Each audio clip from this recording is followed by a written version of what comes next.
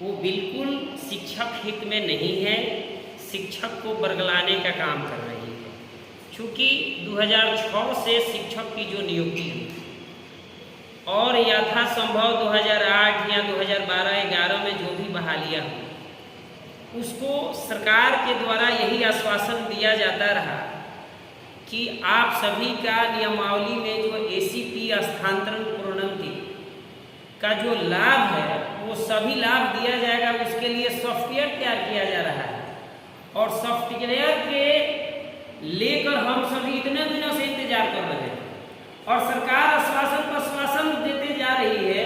और ऐसा हुआ कि 10 अप्रैल को सरकार के द्वारा अधिसूचना जारी किया गया कि नई शिक्षक नियमावली बना दी गई और उसमें जो शिक्षक आयोग के द्वारा पास करेंगे उनको राजकर्मी का दर्जा दिया जाएगा। तो मैं सरकार से पूछना चाहता हूं कि आपका सॉफ्टवेयर राजकर्मी के लिए नई शिक्षक नियमावली के लिए 2 दिन में तैयार हो गई और स्थानांतरण और प्रोन्नति का मामला जो है वो आप 2 साल में पूरा नहीं कर पाए। ये कहीं न कहीं शिक्षकों के साथ धोखा है। हमारी सेवा, हमारे तमाम शिक्षक बंधुओं की सेवा 10 साल होने जा रहा है। हमें किसी प्रकार की सरकार के द्वारा हमारी नियमावली में दी हुई सुविधा का कोई भी ख्याल नहीं रखा गया है, सिर्फ और सिर्फ छलने का काम किया जा रहा है। अभी तो बहाली की जो नियमावली आई है, हम आपको बताना चाहते हैं, सरकार को बताना चाहते हैं कि हमारी 10 साल सीनियरिटी का क्या होगा। हमने 10 साल जो सेवा विद्यालयों में दिए हैं उसका क्या होगा। 10 साल में सरकार हमको क्या क्या लाभ दी है, जरा शिक्षा मंत्री बताएं।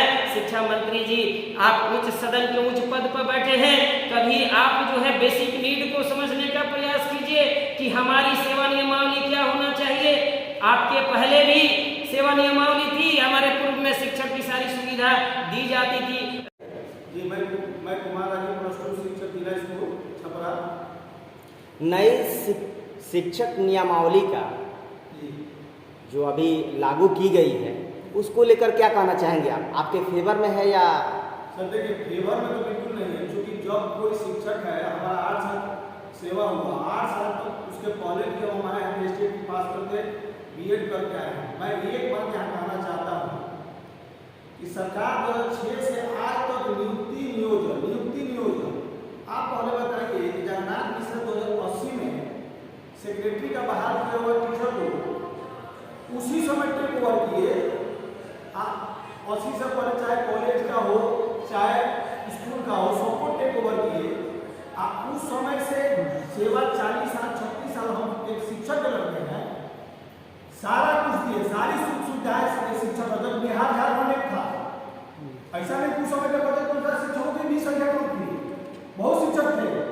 लेकिन आज सरकार 2006 से आज तक नियुक्ति नियम, अरे भाई नियोजन तो आप ही किए, कौन सा क्राइटेरिया आप लोकल बॉडी से कमेटी बना के किए, आप उसमें सारे रोस्टर को पालन किए, जो शैक्षणिक योग्यता था उसके अनुसार बहाल किए। तो बार बार जब हम लोग पैसा जो मांगते हैं तो आप नियुक्ति नियोजन, कौन सा नियुक्ति नियोजन भाई, क्या हो गया नियुक्ति नियोजन में? अरे नियोजन शब्द लगा दिया, उसी को लेकर बहाना मारते हैं बार बार। नियोजन, अरे नियोजन नियुक्ति तो आपके बोले पर रखा हुआ है। जगन्नाथ ने जो बहाल किया सेक्रेटरी को बहाल किए, अभी हर जिले में हर जगह से शिक्षकों का विरोधी प्रदर्शन आ रहा है जी। तो कहीं ना कहीं बिहार सरकार का ये शिक्षा विभाग से जो ये नियमावली को लागू किया गया है, यानी कहीं ना कहीं तो आप लोगों के विरोध में किया जा रहा है। एक तरफ क्वालिटी एजुकेशन की बातें चल रही है कि क्वालिटी एजुकेशन देना है, शिक्षकों को क्वालिटी लानी है, बच्चों में वैसी गुणवत्ता भरनी है, और जब तक दूसरी जी मैम, मेरा मुलाकात हुआ। जी मैम, बताइए क्या कहेंगे आप? जी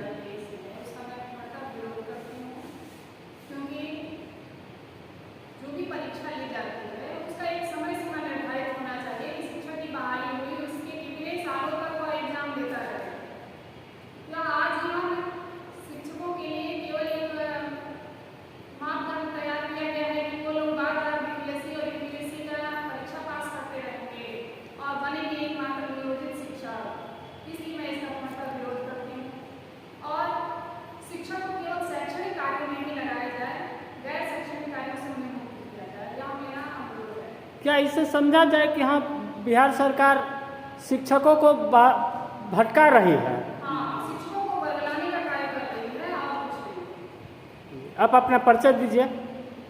मैं तुम्हारी सीमा गिरी, प्लस 2 शिक्षक भिलाई से। जी सर। ये जो सरकार की जो नियमावली है ये सब गलत है, क्योंकि वो क्या कर रही है, विद्यालय में बांट रही है शिक्षकों को। एक दक्षता हो गया, एक STT पास हो गया, फिर एक नियमित हो गया और एक हो गया कि आयोग के द्वारा पास है।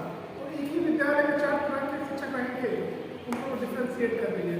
दूसरी की बात कि कोई भी शिक्षक है पहले B.Ed एंट्रेंस निकाल रहा है, फिर वो B.Ed का एग्जाम दे रहा है, फिर STT एग्जाम दे रहा है और फिर वो कितने चरण में एग्जाम देगा। अगर ऐसी बात है तो अन्य विभागों में भी जो पहले से पदस्थापित हैं उनको भी 10 साल बाद उनसे परीक्षा ली जाए, तब उनको पूरी वेतनमान दिया जाए या राज्यकारी में प्रमोशन दिया जाए। ऐसी तो कोई भी स्थिति नहीं है। तो ये सिर्फ शिक्षकों को नहीं क्यों लागू होता है? ठीक है, मतलब कि आप लोगों को बांटने का काम बिहार सरकार कर रही है। जी हाँ, ये बाढ़ का भी ध्यान भटका रही है। उसको क्योंकि नहीं करा, क्योंकि 7वें चरण की जो बहाली होने वाली थी 6 महीने से हो रहा है कि कब होगी बहाली, कब होगी, लेकिन उसको डेट बढ़ाते जाया जा रहा है और उस बहाली को रोक के फिर एक नई बहाली जारी की जा रही है। आप अपना परिचय दे दीजिए। मैं नितेश भारद्वाज, जिला शिक्षा